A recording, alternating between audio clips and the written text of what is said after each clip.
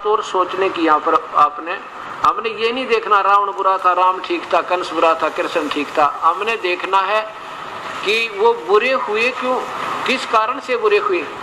वो जैसे रावण को उनको गुरुदेव ऐसे मिले, और गुरुदेव ने आप देखो, रावण खुद ब्राह्मण जाति में और विद्या पढ़ा करता था, लेकिन फिर भी कितना वेद पढ़ लो जब लोग संत से ही ना मिलेगा, इसका निष्कर्ष नहीं निकला आपते। अब गुरुजी भी उनके गुरुजी भी थे, किसके, रावण के। और गुरुदेव ने बता दिया कि बेटा ये सदाशिव है ना, महाशिव, ये बस सब कुल मालिक है, और इसका ओम नमः शिवाय मंत्र है, बेटे ले बेड़ा पार हो जाएगा, तो इसकी भक्ति कर ले। अब परमात्मा को चाहने वाली आत्माओं की कमी किसी युग में नहीं रही। अब रावण ने अपने गुरुदेव की बात को सत्य मान के, और क्योंकि आप निष्कर्ष नहीं निकल सकता जब तक पूर्ण परमात्मा कबीर साहब ही आकर अपना सत्य ज्ञान ना देंगे। इतना ये सारे ऋषि आज तक सब फेल थे, उस परमात्मा की रजा से आज यह बात फिर समझ में आ रही है।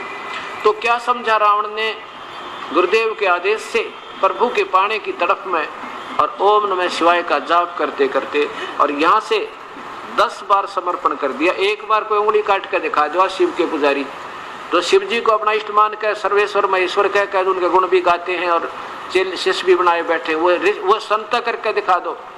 एक उंगली नहीं काट कर भगवान के नमः चढ़ा सकते। और उस रावण ने एक गुरु गलत मिल जाने से, वो एक पुण्य आत्मा थी, और गुरु गलत मिल जाने से वो राक्षस कहलाया गया। अब जिस जमीन में कोई भांग बीज दे, जमीन का दोष क्या है बेचारी का, वो तो बीजने वाले की मूर्खता है। ये क्या बीज, कबाड़ बीज दिया, गेहूं बोने चाहिए थे, कि उसमें कणक बीजनी चाहिए थी, वह अच्छी होती। तो उसने गुरुदेव के आदेश अनुसार प्रभु पाने के लिए और 10 बार समर्पण कर दिया, मेरा भगवान प्रसन्न हो जाना चाहिए, मेरे तेरे मेरा शीश भी चला जा। अब कहते हैं जो जाकी सरना बसे ताको ताकि लाज, और जल सोही मछली चढ़ जाए वह जाते गजराज। और भगवान शिव भी जैसे एक मंत्री है एक विभाग के, तो ये भी कोई पावर कम नहीं, लाभ ये भी दे सकते हैं, लेकिन ये इतनी ही दे सके हैं जैसे उसको सिद्धि दे दी, और फिर उसमें उसको रिद्धि दे दी, यानी धन दे दिया, थोड़ा बहुत क्या, इतना दे दिया कि उसकी बुद्धि खराब होगी। इतना दे दिया कि रावण के राज्य में ऐसे जैसे अपनी मंडियों में धान और गेहूं और कणक, यानी ये बाजरा ज्वार बिके ना, ऐसे वहां पर हीरे मोती बिका करते रावण के राज्य में। और सिद्धि होगी आकाश में उड़ने की, उस सिद्धि का दुरुपयोग किया कि अपनी माँ उठा ली, सीता ने उठा लिया, नकमी आत्मा। अब हो गया राक्षस स्वभाव, आखिर में कुत्ते वाली मौत, बड़ा राक्षस कहलाया। इस तमोगुण का उपासक, ऐसा उपासक तो आप 70 जन्म नहीं हो सकते जैसा रावण था, जो आज शिव के पुजारी। और उस शिव के पुजारी को क्या उपाधि मिली, जो गीता जी में लिखी वही मिली। क्योंकि शास्त्र विधि को त्याग कर जो मनमाना आचरण करता है, वो ना तो परम उसको गति हो, ना सुख हो, ना उसको कोई सुख हो, ना उसकी कोई सिद्धि हो, यानी उसको कोई काम नहीं बना जिसके लिए वो प्रयत्न कर रहा था, यानी मुक्ति नहीं बने हो सकती। अब देखो 10 बार उसने शीश दिए, 10 बार भगवान ने वापस दे दिए। इतने ये भगवान वर्क डन ये दे सकते हैं, किया हुआ कर्म ही दे सकते हैं, और इसमें चेंज नहीं कर सकते, और ये बुद्धि ठीक नहीं कर सकते। राक्षस कहलाया, कुत्ते वाली मौत में रहा। उसके बाद भगवान शिव तमोगुण का उपासक भस्मागिरी था, आखिर में भस्मा असुर माने राक्षस कहलाया। भगवान शिव के द्वार पे कैलाश पर्वत पे, इसमें जहाँ शिव का लोक है, भस्मागिरी ने 12 वर्ष तक सिरासन पर नीचे सिर करके ऊपर को पैर, 12 वर्ष तक भगवान शिव के द्वार का कति सामने, जहाँ गेट से बाहर निकलते हैं उसके सामने 50-100 फुट की दूरी पर वहां तपस्या कर रहा। 12 वर्ष के बाद पार्वती ने कहा कि हे महेश्वर, आप तो समर्थ हो, आप तो दयालु हो, जो चाहो कर सकते हो, इसको दे दो, क्या मांगा आपका सेवक, ये रोजाना मेरे से देखा नहीं जाता। शिव जी कहने लगे, मांग भाई भस्मागिरी, क्या मांगता बेटा, मैं तेरे से प्रसन्न हुआ। भस्मागिरी ने कहा कि मुझे वचनबद्ध हो जाओ प्रभु, ऐसे नहीं मांगता मैं। भगवान ने बोला भाई, सोचा क्या मांगेगा, कोई सिद्धि मांग लेगा, सिद्धि दे दूंगा। एक रिद्धि मांगेगा, ये ये चाहिए, क्योंकि पता है जिसके द्वार पर तू खड़ा है इसके पास क्या चीज है, तो ये वही मांगेंगे। तो उसने कहा ठीक है जी, वचनबद्ध हुआ बेटा, मांग क्या मांगता है। भस्मागिरी ने कहा कि खड़ा हो गया, फिर तो वचनबद्ध होते ही सीधे पैर करके कहने लगा भगवान ये कड़ा दे दो, अपना भस्म कड़ा दे दो जो आपने पहन रखा है। उसमें क्या गुण था भस्म कड़े में कि किसी के सिर पर रख कर यूं कर देना भस्म, 1 सेकंड में वो जल जाता, आग लग जाती उस व्यक्ति में, समाप्त हो जा, राख हो जाती। अब जब भस्म कड़ा हाथ में आ लिया ना भस्मागिरी का, जब कहने लगे बोले शिव जी होशियार, अब तुझे खत्म करूंगा। रे तेरा गजब भैया, बताओ क्यों खत्म करूंगा? कि पार्वती को अपनी पत्नी बनाऊंगा, तुझे मार डालूंगा। ये तपस्या तमोगुण की साधक के ये विचार है परमात्मा। फिर भगवान विष्णु ने उसको मारा, गंडथनाथ नचा का, ये आपको कथा बहुत सुन रखी है। तो कहने का भाव ये है कि भस्मा गिरी से भस्मा असुर हुआ, राक्षस होया, और कुत्ते वाली मौत मेरा, फिर गधा बनेगा। तो यही बताया है कि तीनों गुणों के उपासक आसुर भाव को धारण किए हुए, आसुर राक्षस, मनुष्यों में नीच और दूषित कर्म, भक्ति के गलत कर्म है ये जो ये कर रहे हैं, और मूर्ख मुझे भी ना बचते। अब रजोगुण का उपासक कौन था?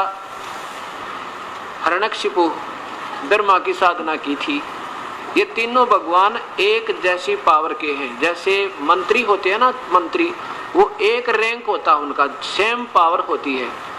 अब ब्रह्मा की साधना करके उससे भी इसने सिद्धि मांग ली। हिरण्यकशिपु ने सुबह मरू ना शाम, रात मरू ना दिन में, भाई पशु से ना पक्षी से, तो तथास्तु भाई ठीक है, लेकिन फिर राक्षस बन गया। उसी को पाके फिर राक्षस बन गया, अपने बेटे का दुश्मन हो गया, और फिर कुत्ते वाली मौत मेरा, राक्षस कहलाया। ऐसे ही वशिष्ठ, जिसने विश्वामित्र ने भगवान विष्णु की साधना की थी और अपने साथी वशिष्ठ मुनि के 100 पुत्रों की, मासूम बालका की कसाई की तरह ये प्रवचन करते हुए मेरे कालजे में जो धड़क धड़क हुए परमात्मा, संत को आवे और हत्या कर दी, एक मासूम बालका की, निर्दोषों को मार डाला। और फिर तो सतोगुण के उपासक विष्णु के उपासक थे। एक और उदाहरण इसी पॉइंट पर देना पड़ता जो यहाँ पर कति प्रॉपर फिट है। आज से 350 वर्ष पहले हरिद्वार में हर की पैड़ी पे कुंभ का पर्व लगा था। वहां पर ये सभी गिरी पुरी वैष्णव नागा साधु अपने अपने मार्ग खेमे में जाकर और स्नानार्थ पहुंच गए।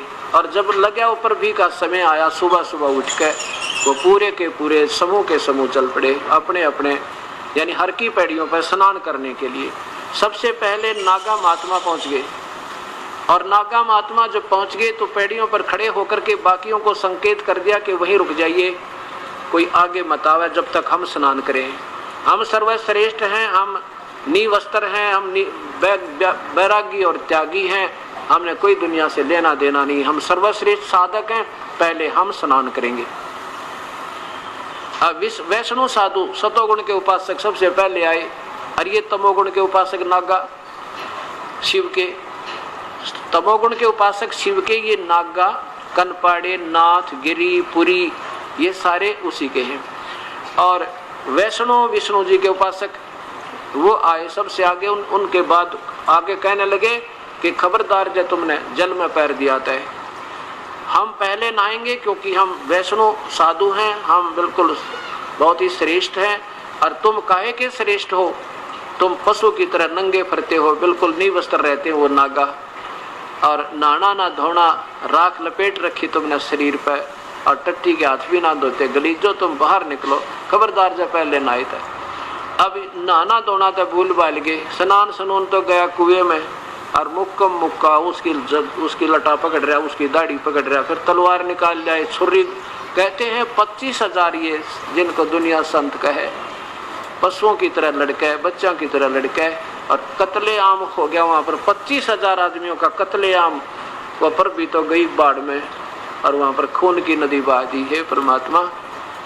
अब यहाँ परमेश्वर कबीर साहब कहते हैं कि तीर तुपक तलवार कटारी जमदड़ जोर बदावे हैं, और हर पैड़ी हर हेत न जाना, और वहां जा तेग चलावे हैं।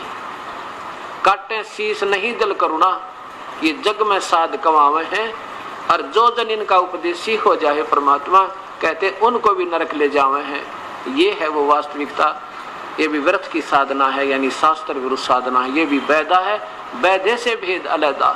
ये भी शास्त्र विरोध। कहने का भाव ये है, ये विचार करना पड़ेगा, हमने मजबूर होना पड़ेगा आपने कि तुम किन महापुरुषों को आड़ लिए बैठे जो आप ही शास्त्र विरोध साधना करके स्वयं नरक के भागी होंगे, क्योंकि वो गीता प्रमाण देती है। अब इसके बाद फिर देखिए